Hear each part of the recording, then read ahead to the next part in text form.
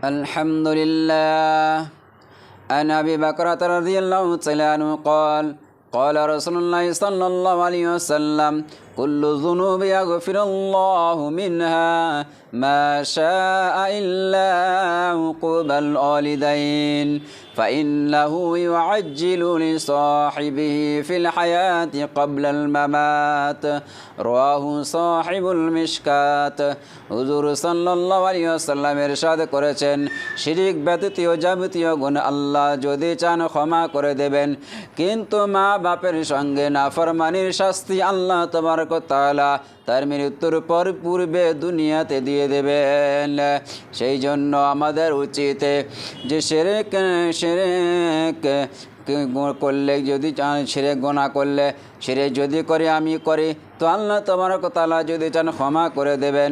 কিন্তু আমি আমার মা বাপের সঙ্গে যদি নাফরমানি করি, আমি আমার মা বাপের সঙ্গে যদি দুশমনি করি, আমি আমার মা বাপের সঙ্গে যদি বেয়াদবি করি, তো তার শাস্তি আল্লাহ তাবারক ওয়া তাআলা দুনিয়াতে মরার পূর্বে দিয়ে দেবে।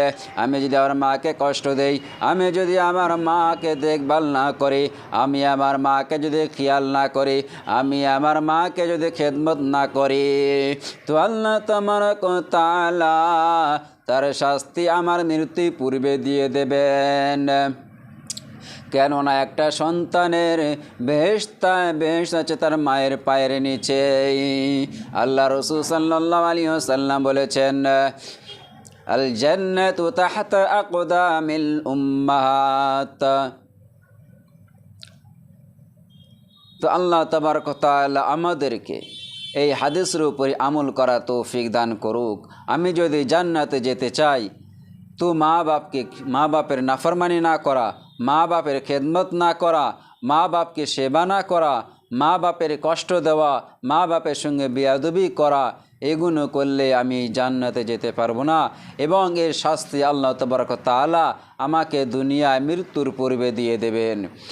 তো আমার উচিত মা বাপের সঙ্গে সৎ ব্যবহার করা, মা বাপের খেদমত করা, মা বাপের কথা মান্য করা, বাপ মা যে কথা বলবে সে কথাকে মেনে চলা, বাপ মা যদি বৃদ্ধ হয়ে যায় তার খেদমত করা, সেবা করা, তাকে কষ্ট না দেওয়া।